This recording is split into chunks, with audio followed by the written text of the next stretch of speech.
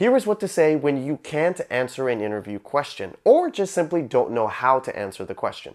This can happen in 3 different scenarios, which we're going to break down in this video for you. But as a general rule of thumb, you should always try to give some type of answer during your interview, even if you don't know what to say. This is far better than not answering the question at all or asking to come back to it later. So in this video, you're going to learn about the 3 different scenarios in which this may happen to you so you can avoid it, and exactly what to say if it does happen to you during the interview so you can quickly recover and still pass that interview.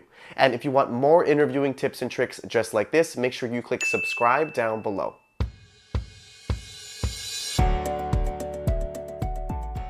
Not knowing how to answer an interview question is obviously not an ideal scenario to happen, but if it does happen to you, what we're going to talk about in this video are potential ways to mitigate that risk of you not getting a job offer.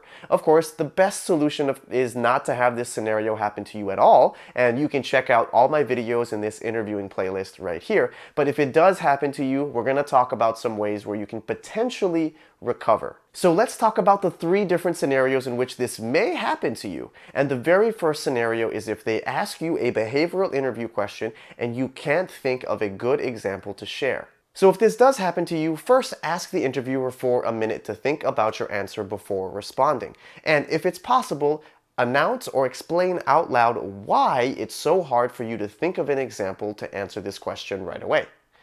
In the meantime, you should be thinking about it in your head. What is everything that's listed on your resume? What are all of the different projects or bullets or accomplishments that you have on your resume, and which one you could potentially use to answer this question? Now, if you're still stuck, this is when you're going to need to take a quick glance down at your resume during your interview. So make sure you always bring a copy of it with you as a quick reference and study guide if you do blank out or get stuck on an interview question just like this. Your resume should be a quick reference example guide for you to think about all the different projects that you can be using to share as examples. And then let's say looking at your resume doesn't inspire new ideas for you. Then the last resort, which of course is not ideal, but better than not answering the question at all, is reusing a prior example or project that you've already shared in a different interview. This is not an ideal scenario because you don't want to share the same example more than once, because obviously your interviewers will be sharing notes and talking about your answers, but this is better than not answering the question at all. When you do reuse an example from a prior interview, just alter parts of the story so at least it sounds different. Now, the second scenario in which you may not know how to answer the interview question is if they ask you for an example of a time that has not actually happened to you. So let's say the interview question is, tell me about a time you had to give feedback to your manager and they didn't like it.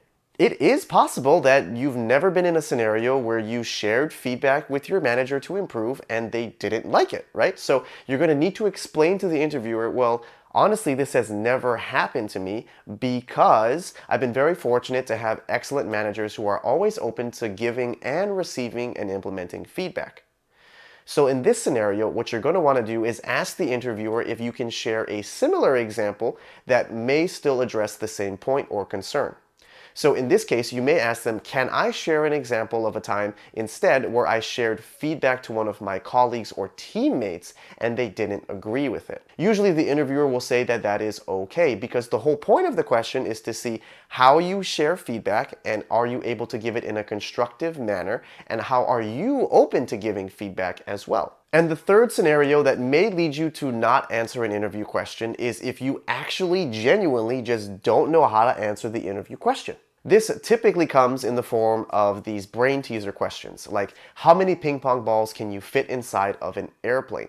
If you get stumped on really tricky or tough interview questions like this, make sure you ask for a minute to think. But as a quick disclaimer here, you can't ask for a minute to think for every single interview question that you are asked. It will show the interviewers that you didn't come prepared, because you need constantly time to think about an answer before responding, and it will hurt your chances. So don't use that stall method more than once. So if you don't know how to answer an interview question, first start by jotting out some ideas that you potentially have to answer the interview question, or some questions you want to ask the interviewer to help guide you along in the process. And if you're still genuinely stuck or just don't even know how to start answering the interview question, you can explain that to your interviewer and ask them for hints, or ask them if you are on the right track as you throw out ideas. Again, this is not an ideal scenario, but it's better than you choosing to skip the entire question or come back to it later. Even if you totally blank out on your answer, you need to show them that you at least tried to solve the question or solve the problem. Don't give up at the beginning of the question and just be like, I don't know how to answer it, I give up. Let's go to the next question. That's going to hurt your chances even more. Even a wrong answer here is better than no answer at all. Okay, so if any of these three scenarios happen to you during your interview, you're going to want to make sure you take a mental note of the interview question that was asked so that you can follow up with that interviewer later. So make sure you ask them for their email address, and before the day is over, do not wait until the next day. Before that day is over, you need to send them a follow-up email explaining what your actual answer would be for that really tricky interview question that you didn't know how to answer. Sometimes this will be enough to help you recover and still get a job offer. Alright, so now you know what to do if you don't know how to answer an interview question and the three different scenarios in which that may come up. So you can prepare and be proactive about this so you won't even be in this situation to begin with. Thank you all for watching. Make sure you drop a comment down below so I know what other videos you want to see me make, and I'll see you in the next one.